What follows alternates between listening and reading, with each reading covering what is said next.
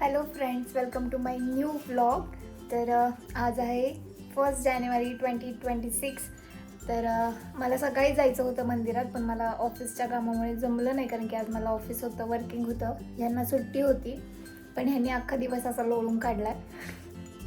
So आम्ही आता मंदिरात जायचं ठरवलं आहे. 7:30 वाजून गेले ते, पण माझं काय ऑफिसचं काम अजून संपलेलं नाही आहे. सो आम्हाला जाता करता मे बी 8 वाजतील. बघू पुढे काय होत आहे. चला, तुम्हाला मी पण मंदिरात घेऊन जाते. आम्ही आता निघतोय. यांनी आता छान घरातली दिवाबत्ती केली. आज आमचं देवघर दाखवते मी. खूप छान सुंदर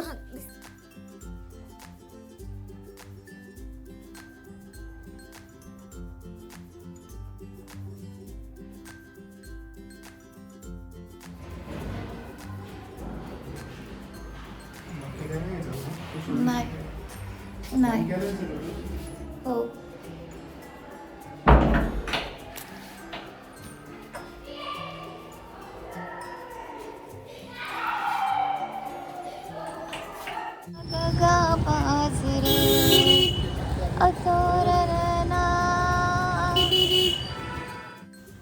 आम्ही छान मंदिरात पोचलो आणि आज गुरुवार होता किंवा 1 जानेवारी असेल म्हणून खूप गर्दी होती, पण शक्यतो आज गुरुवार होता म्हणून मे बी गर्दी होती मंदिरात खूप. त्यानंतर मंदिरात गेलो, छान दर्शन घेतलं. मी जेव्हा केंद्रात जाते किंवा स्वामींच्या मठात जाते, मला माहीत नाही मला का रडू येतं. मला त्यांना बघितलं तरी रडू येतं. मन असं भरून येतं की मी त्यांना काय सांगू किंवा काय नको सांगू. त्यांना तर सगळंच माहिती आहे माझ्या मनात काय चाललेलं असतं किंवा मला काय त्यांना सांगायचं असतं, ते त्यांना हर टाईम न सांगता कळतं. आजपर्यंत माझ्या आयुष्यात ज्या गोष्टी माझ्या हातात आल्यात त्या सगळ्या स्वामींनी दिल्यात मला.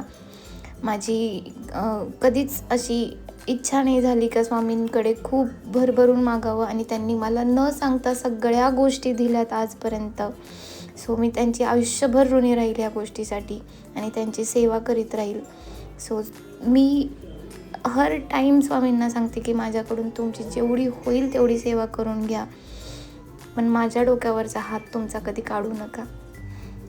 चला, असं खूप इमोशनल होऊन बोलले. मला आत्ताही रडू येत होतं. त्यानंतर मंदिरातून बाहेर आलो आणि बाहेरच एक हनुमानाचं आणि महादेवाचं मंदिर होतं. सो तिथेही गेलो, तिथे छान दर्शन घेतलं. आणि आज प्रदोष होता, सकाळपासून माझा उपवास होता, सो तेही सार्थकी लागलं. त्यानंतर आम्ही एका कॅफेत आलेलो. विचार केला पिझ्झा बर्गर खाऊया, पण नंतर असा विचार केला की अरे आता रात्रीचे 8:30 वाजून गेले आहेत, पुन्हा आता पिझ्झा बर्गर खाल्ला तर भूक लागेल नंतर. सो मग पुन्हा प्लॅन चेंज केला आणि एका हॉटेलमध्ये गेलो आणि तिथे छान मसाला पापड, पनीर चिल्ली आणि ट्रिपल राईस ऑर्डर केलं होतं व्हेजमध्ये. सो मग छान आम्ही डिनर केलं आणि घरी आलो. थकून भागून आलो आहे बाहेरून, आणि मला ना चॉकलेट बाउल खायचा होता, आणि ह्या माणसाने ही चॉकलेटची आईस्क्रीम चिपकवली आहे माझ्या तोंडावर. का केलं असं तुम्ही? पण मला चॉकलेटचा बाउल खायचा होता, तुम्ही का नाही घेऊन गेले मग? सांगा. 30 रुपयाची आईस्क्रीम दिली तुम्हाला फक्त.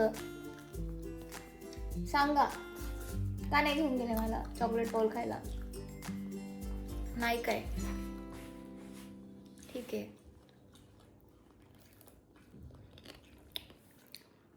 ओके गाईज, आता मी चॉकलेट बाउल नाहीच आहे, तर हे आईस्क्रीम खाऊन आजचा दिवस संपवतो. तुम्हा सगळ्यांना नवीन वर्षाच्या खूप खूप शुभेच्छा. तुम्हाला नवीन वर्ष आनंदाचं, भरभराटीचं, प्रेमाचं जाओ, ही स्वामींचरणी प्रार्थना. ओके, चला भेटूया अशाच पुढच्या व्लॉगमध्ये. आणि व्हिडिओ आवडला असेल तर लाईक, शेअर आणि सबस्क्राईब करायला अजिबात विसरू नका. इकडे बघा ना जरा, काय नुसतं आईस्क्रीम खाताय? खाने दे रे बाबा. बाय.